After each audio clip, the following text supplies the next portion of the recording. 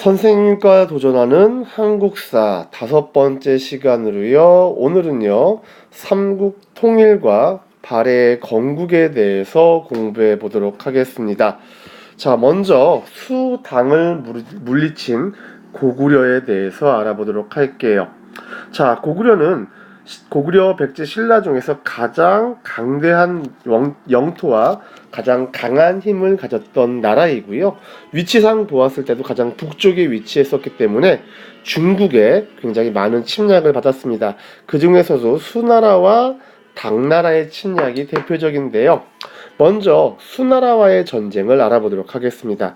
자, 수와의 전쟁에서는 우리가 잊지 말아야 될 게 바로 살수대첩이라고 하는 을지문덕 장군을 기억하면 되겠습니다.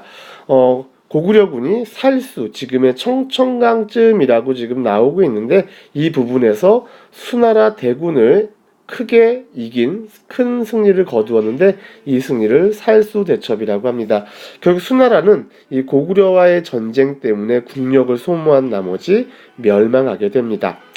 그 다음 일어선 나라가 중국에서 바로 당나라인데 이 당나라도 고구려를 가만두지 않고 쳐들어오게 됩니다. 자, 이 당나라의 1차 침입 같은 경우에는 안시성에서 고구려가 큰 승리를 거두면서 맞게 되는데 안시성의 성주였던 양만춘이라고 하는 장군의 힘으로 이기게 되죠. 자, 이렇게 수와 당의 거듭된 침입으로 인해서 가장 힘이 있었던 고구려의 상황을 보게 되면요. 계속된 전쟁으로 국력이 굉장히 약해지게 되고요. 삼국 간의 경쟁에서 어려움을 겪게 됩니다. 하지만 고구려가 이 수나라와 당나라의 침입을 모두 막아내면서 한반도의 방파제 역할을 했다는 것은 우리가 굉장히 중요하게 생각해야 될 부분이 되겠습니다. 당시 한반도에는 삼국이 존재하고 있었습니다. 고구려, 백제, 신라 삼국이 존재하고 있었고 하나의 나라로 만들기 위한 통일을 위해서 세 나라가 굉장히 큰 경쟁을 하게 되는데요. 자, 그 중에서 바로 이제 나당연합에 대해서 알아보겠습니다. 신라의 나자와 당나라의 당자인데요. 자, 백제의 연이은 공격으로 신라가 굉장한 어려움에 처합니다. 그래서 신라는 고구려에게 helpme 도와주세요 요청을 하지만 거절당하게 되죠. 결국 그 당시 신라의 재상이었던 김춘추가 당으로 건너가서 당나라에게 우리 좀 도와주세요 라고 이야기를 하죠. 이때 당은요, 고구려에게 2번이나 전쟁에서 패하는 치욕을 겪었기 때문에 신라를 도와서 신라와 연합을 하게 됩니다. 이게 바로 나당연합입니다. 자, 이렇게 고구려, 백제, 신라 중에서 신라가 주도권을 잡으면서 서서히 통일 작업을 들어가게 됩니다. 첫 번째, 백제를 멸망시킵니다. 660년인데요.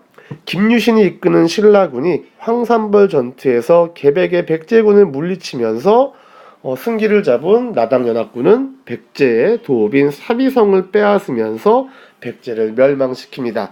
그로부터 8년 후 신라와 당나라는 고구려를 멸망시키는데요.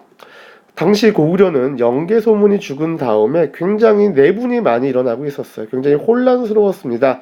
이 틈을 노린 나당연합군이 공격을 하게 되고요. 결국 당시에 고구려의 수도였던 평양성을 빼앗기면서 고구려도 멸망하게 됩니다. 자, 백제와 고구려 한때는 굉장히 강했던 나라입니다. 비록 망하게 되었지만 부흥운동을 통해서 우리가 마치 일본에게 나라를 빼앗겼을 때 독립운동을 한 것처럼 백제와 고구려도 자신의 나라를 다시 되찾기 위한 부흥운동을 하는데요. 누가 했느냐? 백제와 고구려가 멸망한 뒤 두 나라의 유민이란 뭐냐면요, 멸망한 나라의 백성들인데요. 이들이 부흥운동을 벌입니다. 고구려 같은 경우에는 고연무라든가 건모잠이라는 사람이 되게 유명하고요. 백제는 복신, 도침, 흑치상제라고 하는 사람들이 유민들을 이끌어서 부흥운동을 벌이게 됩니다.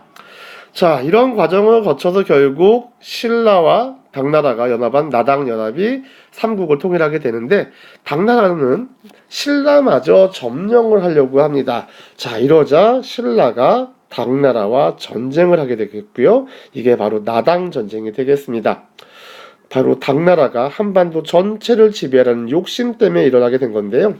육지에서는 매소성 전투, 그 다음에 해상에서는 기볼포 전투를 통해서 신라가 당나라에게 승리를 거두면서 당나라는 한반도를 전체를 차지하려는 욕심을 포기하게 됩니다. 결국 676년 삼국통일이 완성이 되겠고요. 바로 이때 신라의 문무왕이 당의 군대를 몰아내면서 삼국통일을 완성합니다. 자, 삼국통일의 의의와 한계를 보면요. 의의라는 건 좋은 점이죠.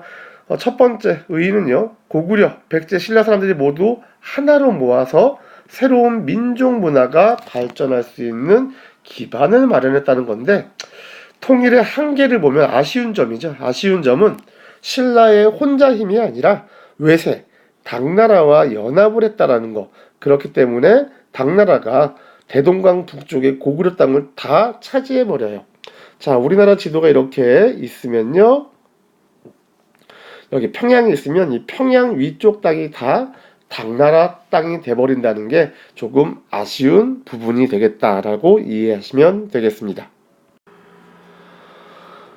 자, 고구려가 망한 후에 북쪽에서 고구려 유민들이 통일운동, 부흥운동을 하다가 이 당의 정책에 반대하면서 고구려 유민들이 힘을 합치게 됩니다. 이 당시에 당나라 같은 경우에는 고구려를 굉장히 두려워했습니다. 그래서 이 고구려 사람들이 한 곳에 모여 사는 것을 금지시켰어요. 그래서 고구려 유민들을 여기저기에 옮겨 살게 합니다. 하지만 698년 고구려 출신인 대조영이라는 사람이 고구려 유민들을 이끌고 동모산 기슭에서 발해라는 나라를 건국하게 됩니다. 그리고 나서 고구려의 옛 땅을 차지하고 고구려의 기상과 문화를 이어받으면서 발해는 고구려를 이어받은 나라라고 선포하게 됩니다. 이 발해 같은 경우에는 지배층이 주로 다 고구려인이었고요.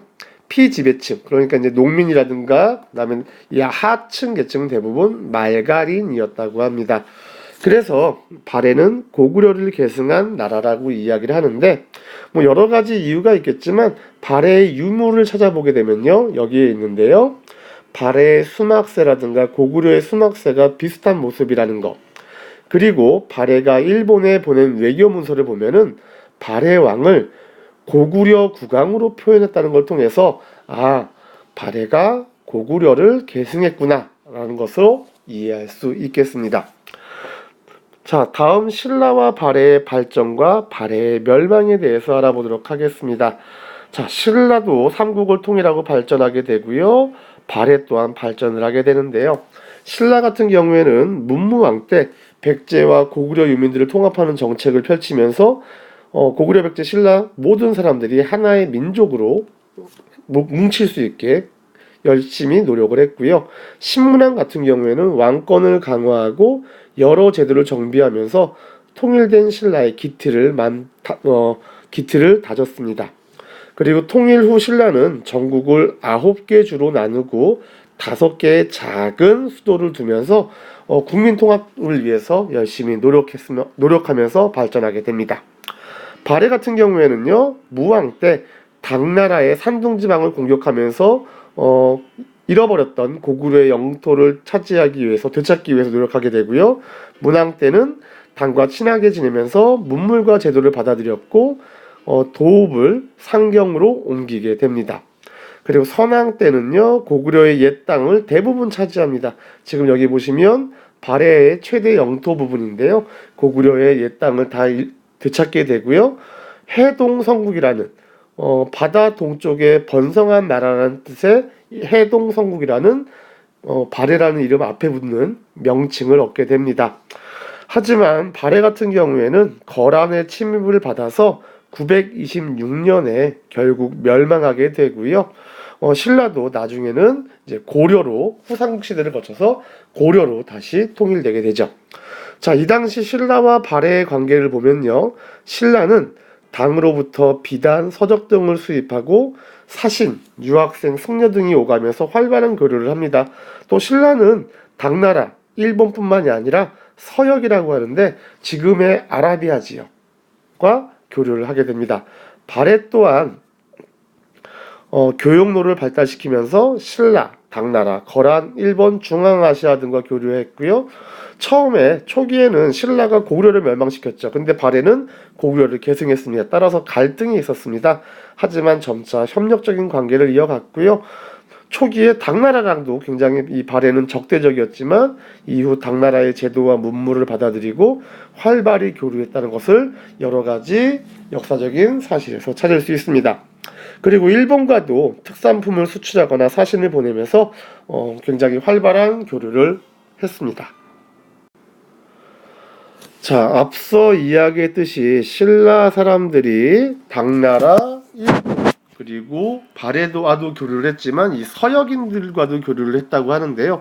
그 증거가 되는 유물 중에 하나가 바로 이 경주에 있는 원성왕릉에 있는 석상의 모습입니다.